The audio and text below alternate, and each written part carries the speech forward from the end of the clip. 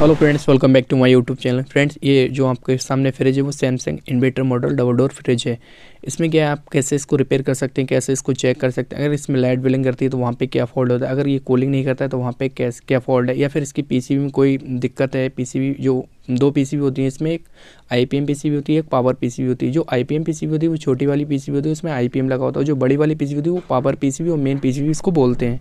तो अगर पीसीबी में कोई एरर कोड शो हो रहा है तो वहाँ पे क्या फॉल्ट हो सकता है। और पीसीबी होती है, इसमें क्या होता है, अगर कोई भी प्रॉब्लम होती है तो वहाँ पे क्या है, एरर कोड शो कर देते हैं। तो आपको क्या है, एरर कोड जो होते हैं उनको आपको पता होना चाहिए कि इतने टाइम लाइट बिलिंग करी तो वहाँ पे ये फॉल्ट है। तो आपको क्या करना है, इस वीडियो कंप्लीट पॉज कर लेना। या फिर इसका सेंसर ख़राब होता है तो आप इसको कैसे चेक कर सकते हैं, सेंसर में क्या फॉल्ट है और सेंसर कौन सा क्या काम करता है ये। तो किसी जो डबल डोर फ्रिज है उसमें 5 सेंसर होते हैं, किसी में 3 होते हैं, किसी में 2 होते हैं और किसी में 1 होता है। तो ये आप ध्यान रखें, हर एक कंपनी के अलग अलग सेंसर हैं। तो इसमें क्या है, ये जो फ्रिज है इसमें 3 सेंसर होते हैं। एक एग्जिट सेंसर होता है जो बाहर का होता है, एक अंदर कोयल सेंसर होता है और एक नीचे थर्मोस्टेट का सेंसर होता है। तो यहाँ पे क्या है, 3 सेंसर हैं।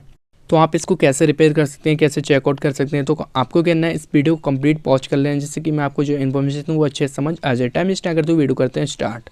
तो सबसे पहले आपको क्या करना है, सबसे पहले फ्रिज को ऑन करना है। उसके बाद पावर जो आईपीएम पीसीबी होती है आपकी, 1 टाइम लाइट बिलिंग करेगी, उसके बाद बंद हो जाएगी। तो आप ये समझिए कि इसमें सप्लाई ऑट हो गई। फिर थोड़ी देर के बाद ये सप्लाई जो होगी, मतलब जो लाइट बिलिंग होगी वो कंटिन्यू चलने लगी। तो आपका कंप्रेसर ऑन हो जाएगा। उसके बाद ये इस कंडीशन में आपका फ्रिज ओके, कोई दिक्कत नहीं। बट अगर यहाँ पे क्या है, एरर कोड शो होता है या फिर और कोई फॉल्ट होगा तो वहाँ पे शो हो जाएगा।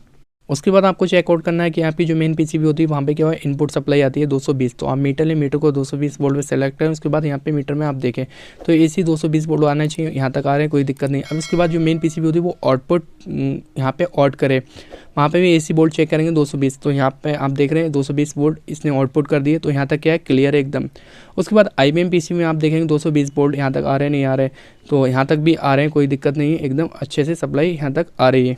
अगर यहाँ तक सप्लाई नहीं आती तो हो सकता है आपका वायर कट हो या फिर आपकी पीसीबी में फॉल्ट है, इसी वजह से सप्लाई ऑट नहीं करती है मेन पीसीबी। तो यहाँ तक क्लियर हो गया। उसके बाद जो फीडबैक वाला वायर होता है, आप ये देख रहे हैं, ये जैक यहाँ पे क्या है, 5 डीसी वोल्ट फीडबैक के लिए आते हैं, जो होते हैं डीसी। तो मल्टीमीटर को क्या है, डीसी वोल्ट सेलेक्ट करेंगे। उसके बाद यहाँ पे चेक करेंगे दोनों नॉब रख के, तो यहाँ क्या है 4 या 5 वोल्ट शो होना चाहिए। यहाँ पे 4 हो रहे हैं तो आपका इस कंडीशन में ठीक है। 5 जो फीडबैक वायर है आईपीएम तक आ रहा है, एकदम ठीक है। मेन पीसीबी से आईपीएम पीसीबी में ये वायर आते हैं। अगर इसमें फीडबैक नहीं मिलेगी फिर भी वहाँ पे एरर कोड शो हो जाएगा। तो यहाँ तक क्लियर हो गया। उसके बाद आपको देखना है कि आपका जो नीचे वायर होते हैं कंप्रेसर यूवीडब्ल्यू, वो शॉर्टेज नहीं होना चाहिए। तो आप इस तरीके से इसको शॉर्टेज चेक कर सकते हैं। मीटर को क्वांटिटी की रेंज पे सेट करें। उसके बाद एक यू से बी पे चेक करें, वहाँ पे अलार्म का साउंड आना चाहिए। अगर अलार्म का साउंड आता है तो इस कंडीशन में आपका कंप्रेसर ख़राब है। तो फिर यू से बी पे चेक करें, बी से यू पे चेक करेंगे, तो इस बी से डब्ल्यू पे चेक करेंगे। इस तरीके से आपको चेक करना है। तो यहाँ तक ठीक है, यहाँ तक कोई फॉल्ट नहीं है। और जो अलार्म का साउंड है वो नहीं आया तो एकदम ओके है। वो नहीं चलता है तो वहाँ पे क्या फॉल्ट होता है, क्योंकि फैन, और एक चीज़ का ध्यान रखना है, जो जितने भी इन्वर्टर मॉडल फ्रिज होंगे तो वो उनका जो फैन मोटर होता है वो 12 डीसी वोल्ट पे चलता है या फिर 15 डीसी वोल्ट पे चलता है। एक चीज़ का ध्यान रखना है, कभी भी फैन मोटर डायरेक्ट चेकआउट नहीं करना है। वो भी मैं आपको बता दूंगा कि आप फैन मोटर कैसे टेस्ट कर सकते हैं, फैन मोटर की चेकिंग कैसे कर सकते हैं, स्टेप बाय स्टेप कंप्लीट आपको गाइड कर दूंगा। अगर सैमसंग का डबल डोर फ्रिज जो इन्वर्टर मॉडल है चल रहा है, उसके बाद भी कूलिंग नहीं कर रहा है, तो वहाँ पे क्या फॉल्ट हो सकता है। तो इसमें क्या है, 3 सेंसर यूज करे जाते हैं। एक बैक साइड जो पीसीबी के जस्ट पास में लगा होता है उसे हम अम्बाइट टेम्परेचर सेंसर बोलते हैं, जो बाहर का टेम्परेचर को सेंस करता है। उसे हम एग्जिट सेंसर भी बोल सकते हैं, जो बाहर का मतलब जो पीसीबी के पास में लगा होता है। एक सेंसर जो होता है जो आप देख रहे हैं कॉइल के पास है, इसमें क्या है, ये सेंसर जो होता है ये कूलिंग को सेंस करता है। एनटीसी सेंसर होते हैं ये सारे सेंसर। तो ये सेंसर क्या होता है, कूलिंग को सेंस करता है, उसी के अकॉर्डिंग कूलिंग होती है। अगर ये सेंसर खराब हो जाता है तो वहाँ पे क्या फॉल्ट होगा और इस सेंसर को हम कैसे चेकआउट कर सकते हैं। तो ये जो सेंसर होता है कूलिंग को सेंस करता है, उसी के हिसाब से कूलिंग होती है। उसके बाद डाउन पार्ट में जो थर्मास्टेट के पास में लगा होता है, ये सेंसर जो ब्लू कलर का होता है, ये सेंसर जो होता है ये नीचे के टेम्परेचर को देखता है। तो आप इन तीनों सेंसर को कैसे स्टेप बाय स्टेप चेकआउट कर सकते हैं। ये तीनों सेंसर जो है आप मीटर ले, मल्टीमीटर उसको क्या है किलो ओम पे सेट करें मीटर को। उसके बाद क्या है, दोनों नोब आप इस जैक में रखेंगे। जैक में रखेंगे तो वहाँ पे रेजिस्टेंस जो शो होगी, जो वैल्यू शो होगी वो 4.5 होगी या फिर 5.43, इस तरीके से यहाँ पर वैल्यू शो होगी। तो आप इस तरीके से इसको स्टेप बाय स्टेप तीनों सेंसर इस तरीके से चेकआउट कर सकते हैं। अगर आप आइस में रखते हो तो वहाँ पे क्या है 13 किलो ओम शो होगी, क्योंकि टेम्परेचर ज़्यादा हो जाता है तो वो टेम्परेचर माइनस में चला जाता है। तो इसी वजह से यहाँ पे जो सेंसर की वैल्यू होगी वो 13 किलो ओम होगी, दिखाएगा आपके मीटर में।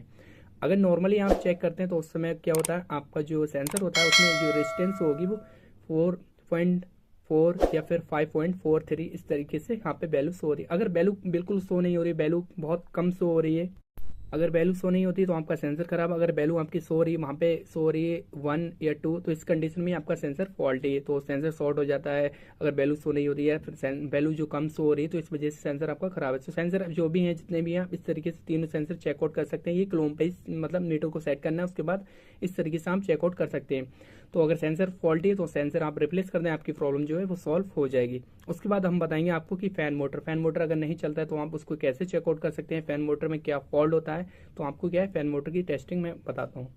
तो ये जो फैन होता है, फैन मोटर जो होता है डीसी बोल्ट पे वर्क करता है। इसमें क्या है, 3 वायर होते हैं, एक ब्लैक होता है माइनस, रेड वाला होता है प्लस, और जो व्हाइट वाला वायर होता है वो फीडबैक के लिए होता है। ये जो क्या है, मतलब उसकी जो मतलब रेजिस्टेंस होती है उसको वहाँ पे पीसीबी को सेंस कराने के लिए ये व्हाइट वाला वायर होता है। तो व्हाइट वाला वायर आप ये कह सकते हैं कि फीडबैक के लिए होता है। तो इसमें क्या होता है, 3 वायर होते हैं, एक व्हाइट, ब्लैक वाला जो होता है आपका माइनस होता है, और जो रेड वाला होता है वो प्लस होता है। तो आप मीटर लेना है, मीटर मल्टीमीटर को क्या है ग्लोम पे सेट करना है। उसके बाद ध्यान रखना है आपको, जब आप रेड और व्हाइट में रखाएंगे तो वहाँ पे मतलब रेजिस्टेंस होगी। अगर ब्लैक और रेड में जब आप मीटर में शो करेंगे तो वहाँ पे नहीं होगी। तो मैं आपको दिखा रहा हूँ कि आप एक नोब जो है व्हाइट में लगाएं, एक रेड वाले वायर में लगा है। तो आप देख रहे हैं मीटर में ये रेजिस्टेंस शो हो रही, तो आप इस तरीके से चेकआउट कर सकते हैं। तो मैं आपको ये प्रैक्टिकली ट्रांसफार्मर के जरिए से भी चेकआउट करके दिखाऊंगा। तो ये क्या है, आपके सामने ट्रांसफार्मर है। ट्रांसफार्मर जो है ये क्या है, तो ये ट्रांसफार्मर है, इसमें क्या है, इनपुट आपको 220 वोल्ट देना, और उसके बाद जो आउटपुट निकालेगा वो 12 डीसी वोल्ट करके ये देगा ट्रांसफार्मर। तो यहाँ पे क्या है, डायरेक्ट ट्रांसफार्मर को आप क्या है 220 वोल्ट दे सकते हैं। और ट्रांसफार्मर की एक वीडियो मैंने वीडियो लिस्ट में जाके आप देख सकते हैं, कंप्लीट डिटेल दे दी है। आप कैसे इनपुट चेक कर सकते हैं, कैसे आउटपुट चेक कर सकते हैं, कैसे शॉर्टेज चेक कर सकते हैं, अगर वो खराब है उसको कैसे ठीक कर सकते हैं। तो मैंने कंप्लीट वो आप जाए वीडियो लिस्ट में जाके देख सकते हैं। तो यहाँ पे क्या है, मैंने 220 वोल्ट दे दिए। उसके बाद क्या है, आप एक माइनस में लगाएंगे, एक प्लस में लगाएंगे, मतलब ब्लैक और रेड वायर में लगाएंगे। तो आप देख रहे हैं ये फैन चलना स्टार्ट हो गया। इस तरीके से आप फैन को चेकआउट कर सकते हैं। बाकी आप व्हाइट में नहीं लगाएं, व्हाइट में नहीं लगाना है आपको, ठीक है, ध्यान रखें इस चीज़ का। बाकी आप इस तरीके से फैन चेक कर सकते हैं, और मैंने मीटर से भी आपको बता दिया, इस तरीके से आप फैन को पूरी टेस्टिंग कर सकते हैं। बाकी एक फ्रिज में थर्मल फ्यूज लगा होता है, उसको आप कैसे चेकआउट कर सकते हैं। तो थर्मल फ्यूज जो होता है, आप मीटर को कंटेंट की रेंज पे सेट करें, उसके बाद वहाँ पे क्या है, दोनों नोब लगाएं थर्मल फ्यूज पे। अगर अलार्म का साउंड आ रहा है तो आपका थर्मल फ्यूज ओके, कोई दिक्कत नहीं है। अगर नहीं आता है तो आप थर्मल फ्यूज चेंज कर दें। अगर इन्वर्टर मॉडल का फ्रिज है सैमसंग का, और वहाँ पे क्या है कंप्रेसर ऑन नहीं हो रहा है, तो वहाँ पे क्या फॉल्ट हो सकता है। सबसे पहले आपको चेकआउट करना है कि आपको पैनल पीछे का खोलना है, उसके बाद पीसीबी देखना है, पीसीबी कौन सा एरर दे रही है। अगर फैन आपका नहीं चल रहा है तब भी ऐसा होता है, कंप्रेसर नहीं चलता है कुछ मॉडलों में। कुछ मॉडल ऐसे हैं, अगर आपका सेंसर खराब है तब भी वहाँ पे कंप्रेसर नहीं चलेगा, तो आप सेंसर को चेकआउट कर लें। जैसे कि मैंने बताया, फैन को भी आप वैसे चेकआउट कर सकते हैं जैसे कि मैंने अभी आपको बताया। उसके बाद देख लें आप, अगर पीसीबी में कोई कंपोनेंट चल गया तो आपको जाहिर सी बात है मतलब सामने आपको पता लग जाए कि क्या फॉल्ट है उसमें। अगर पीसीबी एरर कोड दे रही है तो आप उससे भी आइडेंटिफाई कर सकते हैं कि वहाँ पे क्या फॉल्ट है, इसी वजह से वहाँ पे कंप्रेसर नहीं चल रहा है। तो मैंने क्या है, आपको एक लिंक मैं डिस्क्रिप्शन में प्रोवाइड कर दूंगा, वो आप वीडियो लाजमी से देख लें, क्योंकि उस वीडियो में इतनी इन्फॉर्मेशन है कि आप कंप्लीट सीख जाएंगे कि एरर कोड किसका कैसा है क्या है। उसमें कंप्लीट सॉल्यूशन दिया है, प्रैक्टिकली है, कोई दिक्कत नहीं, आप जाके देख सकते हैं। बस एक वीडियो आपको देखना है, सैमसंग डबल डोर रेफ्रिजरेटर जो इन्वर्टर मॉडल है, तो आप उसको जरूर देख लें। तो यहाँ पे क्या है, पीसीबी आपकी अगर आईपीएम पीसीबी फॉल्ट है तो आप उसमें पता लग जाए आपको। अगर आपकी जो पावर पीसीबी है उसमें कोई फॉल्ट है तो वो भी आपको पता लग जाए। तो आप कंप्लीट उसको देख लें पूरी वीडियो को, और इन्फॉर्मेशन बहुत ज़्यादा आपको मिल जाएगी। कोई भी आपका इन्वर्टर मॉडल चाहे वो सैमसंग का हो या फिर एलजी का हो, तो आप इजी तरीके से उसको रिपेयर कर सकते हैं। अगर आपका कंप्रेसर की बॉडी शॉर्टेज है तो आप क्या करें, मीटर ले, मीटर को वहाँ पे आपको क्वांटिटी की रेंज पे सेट करना है। उसके बाद आप मीटर जो कंप्रेसर है, कंप्रेसर के पास में एक पाइप होता है, उसको आप अच्छे से रेती से या रेगमाल से साफ कर लें, जिससे कि वहाँ पे जो कार्बन हो वो रिमूव हो जाए। उसके बाद क्या करना है, इस तरीके से आप चेकआउट कर सकते हैं कि बॉडी शॉर्ट तो नहीं, या फिर वहाँ पे जो इसके UVW हैं तीनों में वैल्यू शो होना चाहिए सेम। अगर सेम होती है तो इस कंडीशन में आपका कंप्रेसर ओके। इस तरीके से आप कंप्रेसर को भी चेकआउट कर सकते हैं। तो फ्रेंड विलिंग करती है, तो आपके सामने अगर 11 टाइम लाइट विलिंग कर रही है पावर पीसीबी, तो वहाँ पे क्या फॉल्ट होगा। और जो पावर पीसीबी अभी मैंने क्या है फ्रिज को ऑन कर दिया, आप देख रहे हैं यहाँ पर लाइट बिलिंग करेगी, तो आप वो काउंट कर सकते हैं।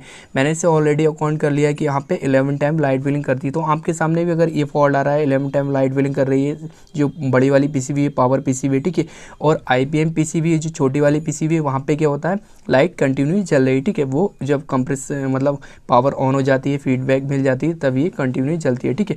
उसके बाद इसकी जो पावर पीसीबी वो 11 टाइम लाइट बिलिंग कर रही है। आपके सामने भी अगर ये फॉल्ट आ रहा है तो आप उसको कैसे सॉल्व कर सकते हैं। तो आप यहाँ पर देख रहे हैं कि जो लाइट बिलिंग कर रही है वो 11 टाइम लाइट बिलिंग कर रही है। मैंने इसमें क्या काउंट कर लिया, आप भी कर सकते हैं, ठीक है।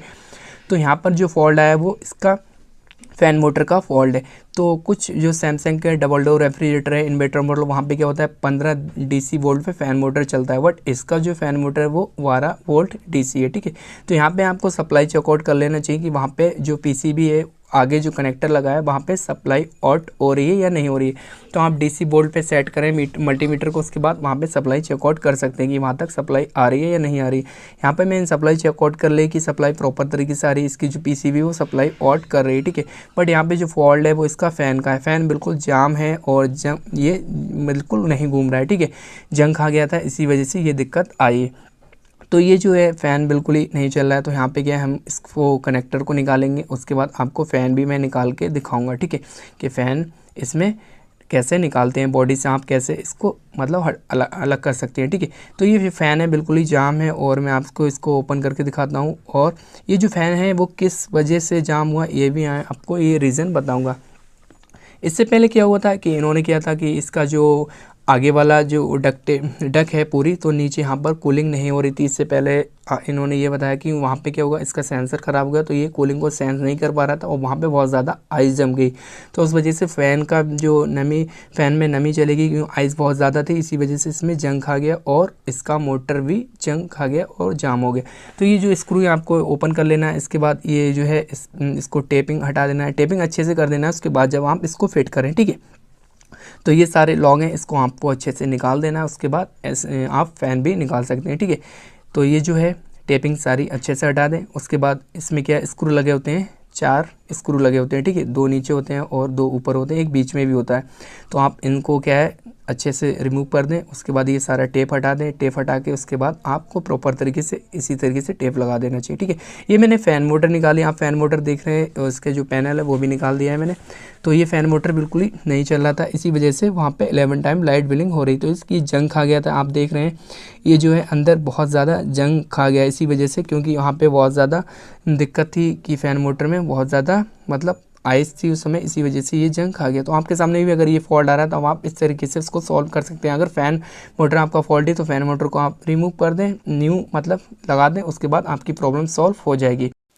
ये सेंसर जो है, सेंसर कैसे चेक करते हैं वो क्लियर होगा और फ़ैन मोटर कैसे चेक करते हैं वो भी क्लियर हो गया। अब मैं बात करता हूँ कि अगर वहाँ पे लाइट बिलिंग करती है तो वहाँ पे क्या फॉल्ट होता है।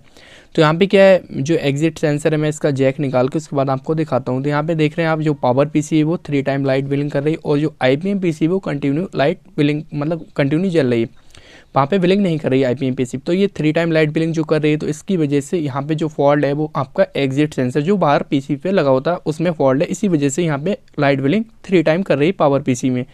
तो सेंसर तो मैंने आपको पहले ही बता दिया है किस तरीके से चेक करना है, तो आप उस तरीके से चेक करेंगे और अगर शॉर्टेज होगा तो आपको पता लग जाए, उसको रिप्लेस कर दें, आपकी प्रॉब्लम सॉल्व हो जाएगी। हो सकता है वायर कट हो या फिर सेंसर अंदर से शॉर्ट हो, तो आप क्लियर कर सकते हैं। अब बात करते हैं IPM पीसीबी जो है वो 3 टाइम लाइट बिलिंग करती है और जो पावर पीसीबी है वो 10 टाइम लाइट बिलिंग करती है। तो यहाँ पे क्या फॉल्ट होता है, तो यहाँ पे जो फॉल्ट होता है वो होता है कंप्रेसर का। कंप्रेसर आपका स्टार्ट नहीं होता है तब ये दिक्कत आती है।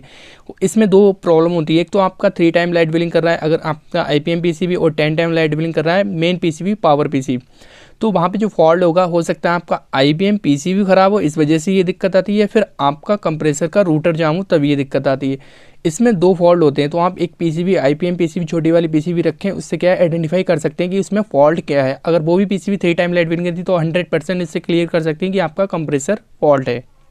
तो यहाँ पे आप देख रहे हैं कि आपका IPM PCB 3 time light billing कर रहा है और ये वाला जो बड़ा वाला पीसीबी है पावर पीसीबी वो 10 टाइम लाइट बिलिंग कर रहा है। तो आपका जो है कंप्रेसर का रूटर ख़राब हो सकता है, कंप्रेसर की वाइंडिंग ख़राब हो सकती है, कंप्रेसर ख़राब हो सकता है, या फिर आपका जो है IPM पीसीबी ख़राब हो सकता है। इस वजह से ये 3 टाइम ये लाइट बिलिंग करता है, IPM PCB 10 time light billing बड़ा पावर पीसीबी मतलब बिलिंग करता है।